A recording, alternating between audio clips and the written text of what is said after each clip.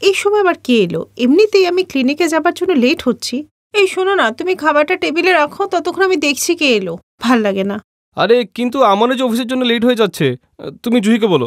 আরে ও ঘরে থাকলে তো বলবো, সকাল সকালই তো বেরিয়ে গেছে, জানি না কি কেস লড়ছে। ছাড়ো, আমিই দেখছি। আচ্ছা যাও, তুমি খাবারটা নিয়ে যাও, দরজাটা আমিই খুলছি। হ্যাঁ, এটা ঠিক আছে। এরপর সরিতা খাবারটা নিয়ে ডাইনিং টেবিলে রাখলো, যেখানে আগে থেকেই তার দেওর মুকেশ আর শাশুড়ি লীলাদেবী বসেছিলেন। উফ, আজকে আবার এই খিচুড়ি আর এই ছাতুর শরবত আমার একদম পছন্দ না। আর যেটা তোমার পছন্দ সেটাই তোমার লিভারকে খারাপ করেছে। দেখো ঠাকুরপো, বয়সটা কম, তাই খাবার দাবার কন্ট্রোল করলেই সব ঠিক হবে, নইলে কিন্তু। হ্যাঁ হ্যাঁ বৌদি, আমি বুঝতে পেরেছি, আমি খেয়ে নিচ্ছি। মা, এই নাও, তুমিও শুরু করে দাও। হ্যাঁ মা, দাও। আর রাকেশ কোথায় গেল? আরে হ্যাঁ, ও তো মেন ডোর খুলতে গেল, দেখছি আমি। এই বলে সরিতা মেন দরজার দিকে যেতে গেল, সেই সময় রাকেশও ওই দিক থেকে এলো। তার হাতে একটা কাগজ ছিল আর কপালে ছিল চিন্তার ভাঁজ। এই দেখে সরিতা বলল, কি হয়েছে গো, কে ছিল?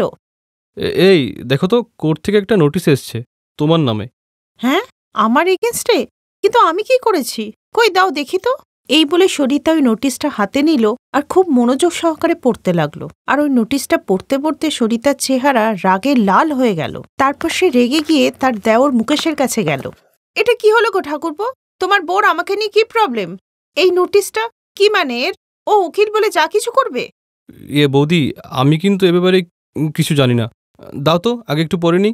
তার কোনো দরকার নেই ঠাকুরপো, আমি পড়ে শোনাচ্ছি যে তোমার ন্যায়পরায়ণ স্ত্রী আমার এগেনস্টে কি অভিযোগ করেছে। প্রথম অভিযোগেই আমি বাড়িতে হিটলারের মতো ব্যবহার করি। বলো, এই অভিযোগ কি ঠিক?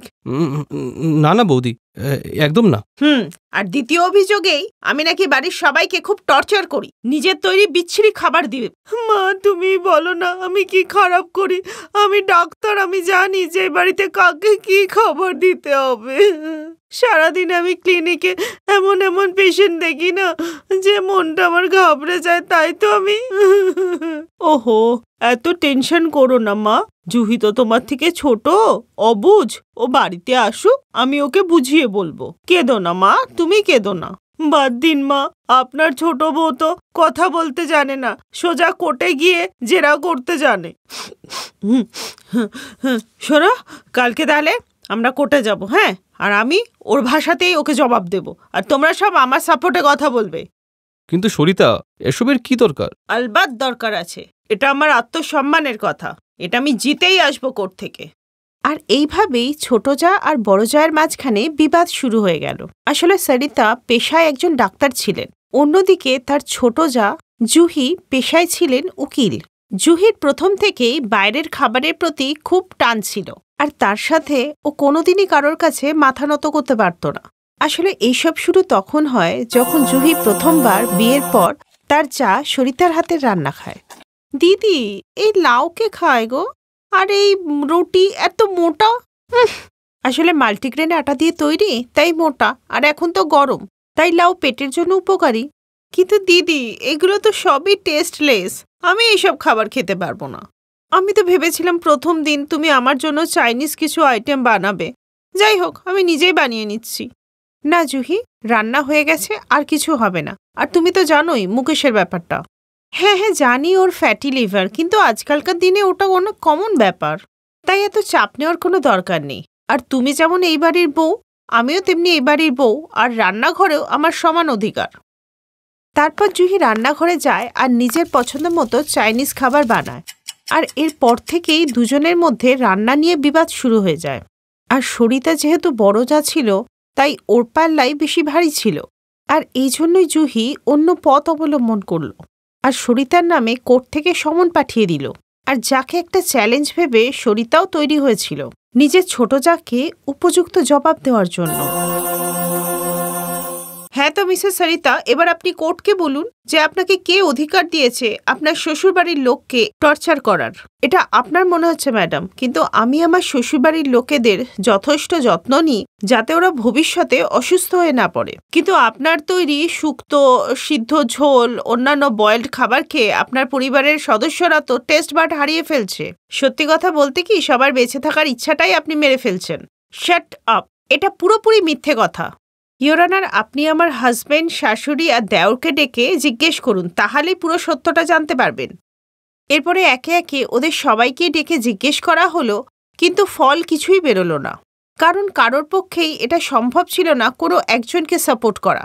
তারপর ওই দিন রাতে, মা, এত রাতে সব ঠিক আছে তো? বৌমা, 4 ঘন্টা ধরে মুকেশ পেটের ব্যথায় ছটপট করছে।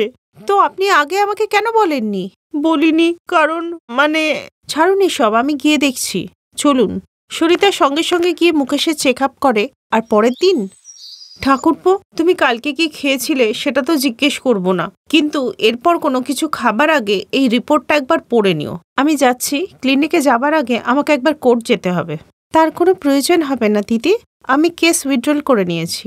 কালকে ওর এই অবস্থা থেকে আমি এটা বুঝতে পেরেছি যে কোর্টে যতই আমি জিতে যাই না কেন, আসলে দিদি তুমিই জিতবে। আমাকে ক্ষমা করে দাও দিদি, এখন থেকে আমাদের রান্নাঘরে সেটাই রান্না হবে যা তুমি চাইবে।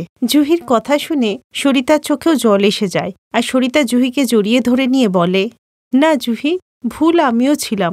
কালকে সবাইকে কোর্টে দেখে আমি এটা বুঝতে পেরেছি যে ভালো খাবারের সাথে সবারই হাসি খুশি থাকাটাও খুব দরকারি, আর ওই খুশিটা তোমার হাতের খাবার খেয়েই আসে। তাই আজ থেকে আমরা দুজনই রান্নাঘর সামলাবো। আহা, এটাকেই বলে হ্যাপি এন্ডিং। তাহলে বৌমারা বলো, আজকে রাতে কি খাবার হচ্ছে?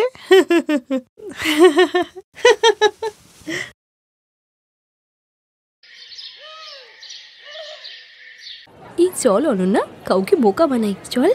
কি সুকন্যা, তুই সবসময় মজা করিস, চল বাড়ি চল। চল না, আগে কাউকে একটু বোকা বানাই, চল না।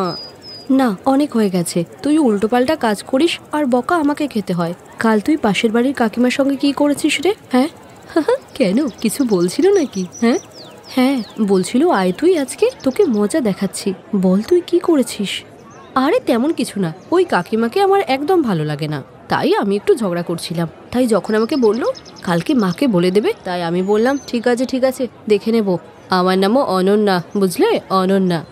এরপর অনন্যা সুকন্যাকে মারতে গেলে সুকন্যা বাড়ির দিকে দৌড়িয়ে পালায়।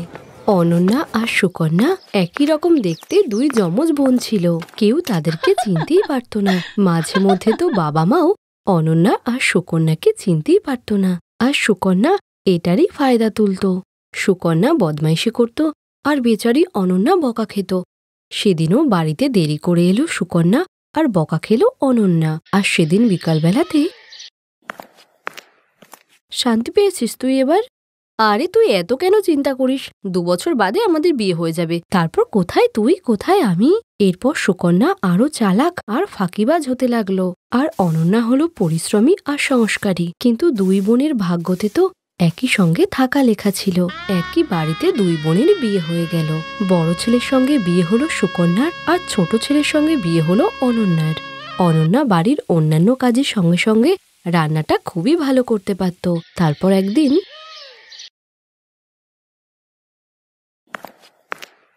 আরে বসে বসে এখানে টিভি দেখছো, যাও রান্নাটা করো। মা, আপনি একটু অনন্যাকে বলুন না, সকাল থেকে তো আমিই কাজ করছি, কাপড় কাচলাম, বাসন মাজলাম। ও আচ্ছা আচ্ছা, সরি সরি, আমি ভাবলাম সবকিছু অনন্যাই করেছে। না না মা, সব কাজ তো আমিই করেছি, ও তো এক্ষুনি ঘর থেকে বার হলো। আচ্ছা দাঁড়াও, এক্ষুনি ওর খবর নিচ্ছি আমি। সরলা রেগে গিয়ে অনন্যার কাছে গেল যখন সে ঝাড় দিচ্ছিল। রাত দিন খালি আরাম করছো নয় টিভি দেখছো, এটা কি ঝাড় দেওয়ার সময়? কিন্তু মা, একটু তোমার বোনের দিকে তাকাও, বেচারি সারাদিন কত না কাজ করে। শাশুড়ি মায়ের কথা শুনে অনন্যা বুঝতে পারল যে সুকন্যা তার শাশুড়ি মাকেও বোকা বানিয়ে দিয়েছে, কিন্তু সে শাশুড়িকে কিছু না বলেই চুপচাপ কাজ করতে থাকে। বেচারি অনন্যাই সকাল থেকে সন্ধে পর্যন্ত বাড়ির সমস্ত কাজ একাই করে যেত, কিন্তু তবুও সেই বকা খেত। একদিন, বৌমা চলো, আজকে রান্নাঘরে একসঙ্গে রান্না করি, চলো। ঠিক আছে মা, আপনি যান, আমি আসছি। এরপর সরলা রান্নাঘরে গেল আর সুকন্যা গেল অনন্যার ঘরে। ওই অনন্যা, মা তোকে রান্নাঘরে রান্না করতে ডাকছে, যা। ঠিক আছে, আমি এক্ষুনি যাচ্ছি। সুকন্যা আরও একবার অনন্যাকে বোকা বানিয়ে দিল। বেচারি অনন্যা তো বুঝতেই পারেনি যে তার শাশুড়িমা তাকে নয় সুকন্যাকে ডেকেছিল। আর রান্নাঘরে এসেছো? কোথায় ছিলে? নাও, এবার তুমি আটা মাখো, আমি সবজি কেটে দিচ্ছি। ঠিক আছে মা। অনন্যাকে খুবই তাড়াতাড়ি সুন্দর করে আটা মাখতে দেখে সরলা খুব খুশি হয়ে বলে, আরে বাহ বৌমা, এত তাড়াতাড়ি এত সুন্দর করে আটা মাখলে। তুমি একটু অনন্যাকে শেখাও না, কিছুই পারে না ও। এই কথা শুনে অনন্যা বুঝতে পেরেছিল যে আসলে তার শাশুড়ি তাকে সুকন্যা ভাবছে, আর সে এটাও বুঝতে পেরেছিল যে করে সুকন্যা রান্নার হাত থেকে বাঁচার জন্যই এটা করেছে। তার সুকন্যার উপরে খুব রাগ হলেও সে চুপ ছিল। এভাবেই অনেকটা সময় কেটে গেল। আর সরলার নজরে তো বাড়ির সমস্ত কাজ সুকন্যাই করত, রান্নাও সুকন্যাই করত, আর অনন্যা নাকি শুধু বসে বসে টিভি দেখত। যদিও সত্যিটা ছিল সম্পূর্ণই বিপরীত। একদিন, সুকন্যা বৌমা। হ্যাঁ মা, বলুন। ওই দিন ওই যে তুমি বাদামের হালুয়া বানিয়েছিলে না, ওটা খেতে খুব ইচ্ছা করছে, বানিয়ে দেবে একটু? এটা আর কি বড় কথা, আপনি বসে টিভি দেখুন, আমি এক্ষুনি বানিয়ে আনছি।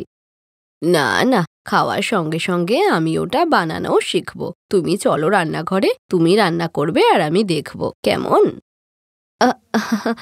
মা, আপনি বসুন না। আরে চলো না, একসঙ্গে বানাই, চলো। সরলার এমন জেদ দেখে সুকন্যা তো চিন্তায় পড়ে যায়, কারণ সে কখনো রান্নাঘরে গিয়ে ভালো কিছু বানায়নি। এদিকে শাশুড়ি ভাবত রান্নার সমস্ত দায়িত্বই সুকন্যা নিয়েছিল, কিন্তু সুকন্যা এত সহজে হেরে যাওয়ার মেয়ে ছিল না। তার মাথায় আইডিয়া এলো। মা, আমি রেডি করছি, ততক্ষণ আপনি বাদামটা নিয়ে আসুন। আরে ওটা তো আমার ঘরে রাখা, দাঁড়াও আমি নিয়ে আসছি, ততক্ষণে তুমি রান্নাঘরে যাও। হ্যাঁ। যখনই সরলা তার ঘরের দিকে গেল, তখনই রান্নাঘরে অনন্যা চলে এলো। সে একদম সুকন্যার মতনই শাড়ি পরেছিল। তুই যা, আমি দেখছি। পারবি তো? হ্যাঁ হ্যাঁ, আমি জানি যে তুই কত ভালো হালুয়া বানাতে পারিস। এখন যা, নইলে মা চলে আসবে। অনন্যা চাইছিল না যে তার বোন বকা খাক, তাই সে সুকন্যা সেজে রান্নাঘরে কাজ করতে লাগলো। সে সুকন্যা সেজে শাশুড়িকে হালুয়া বানাতে শেখালো। হালুয়া খুবই সুস্বাদু হয়েছিল। অনন্যাকে সুকন্যা ভেবে সরলা তো সুকন্যার উপর খুবই খুশি হয়েছিল। আর চলে যাওয়ার সময় সরলা বলল, সুকন্যা মা, তুমি তোমার বোনকে একটু বোঝাও, ওকে দেখলেই আমার মাথাটা গরম হয়ে যায়। তোমরা একই মায়ের পেটের বোন, তবু কত পার্থক্য তোমাদের মধ্যে, সত্যি। শাশুড়ির এই কথা শুনে অনন্যার খুবই খারাপ লাগছিল, কিন্তু সুকন্যার কথা ভেবে সে সত্যিটা তার শাশুড়িকে বলতে পারে না। পরের দিন সকালে সুকন্যা যখনই রান্নাঘরের দিকে যাচ্ছিল, তখনই সরলা তার হাত ধরে বলে, এটা কি করছেন মা? আজকে আমি তোকে ছাড়বো না। তুই সবসময় আমাকে মিথ্যে কথা বলেছিস, আসলে তুই কিছুই পারিস না। সব সময় নিজের বোনকে দিয়ে পরিশ্রম করিয়ে নিজে আরাম করেছিস, আর ও বেচারি সারাদিন বাড়ির কাজ করে গেছে, আর সেই সঙ্গে আমার বকাও শুনেছে। সরলা যখন সুকন্যাকে ভীষণ বকছিল, তখন সুকন্যা আবার মিথ্যে বলে নিজেকে বাঁচানোর চেষ্টা করে। না মা, আমি মিথ্যে কেন বলবো? কালকেই তো রান্নাঘরে আমি আপনার জন্য হালুয়া বানালাম, আপনি তো নিজেই দেখলেন সব। ওখানে ছিলাম বলেই তো সবটা জানতে পেরেছি। কাল তুই হালুয়া বানিয়েছিলিস তো, তোর হাতটা দেখা। কাল কড়া নামাতে গিয়ে যেখানে ফোসকা পড়েছিল, দেখা দেখা। এই শুনে সুকন্যা নিজের হাতটাকে পিছনে নিয়ে চুপচাপ দাঁড়িয়েছিল, কারণ সত্যি যে এখন সামনে চলে এসেছিল। আর সরলা অনন্যার ঘরে গিয়ে অনন্যার পুড়ে যাওয়া হাতটা দেখে আদর করে অনন্যার মাথায় হাত বুলিয়ে দিয়ে বলে, আমাকে ক্ষমা করে দাও বৌমা, তবে হ্যাঁ, তুমি এবার আমাকে একটা কথা দাও। তোমার হাত ঠিক হয়ে যাওয়ার পরে তোমার বোনকে বাঁচানোর জন্য তুমি আর কোনোদিন কোনো কাজ করবে না। Best buddies. হ্যালো ফ্রেন্ডস, এই ভিডিওটা দেখার জন্য ধন্যবাদ। যদি এই ভিডিওটা তোমাদের ভালো লেগে থাকে, তাহলে প্লিজ লাইক, সাবস্ক্রাইব আর কমেন্ট অবশ্যই করবে এই ভিডিওতে। আর হ্যাঁ, শেয়ার করতে ভুলো না কিন্তু। আরো অনেক মজাদার ভিডিও দেখার জন্য নিচে দেওয়া এই বেল আইকনটাকে প্রেস করো। দেখতে থাকো বেস্ট বাডিজ।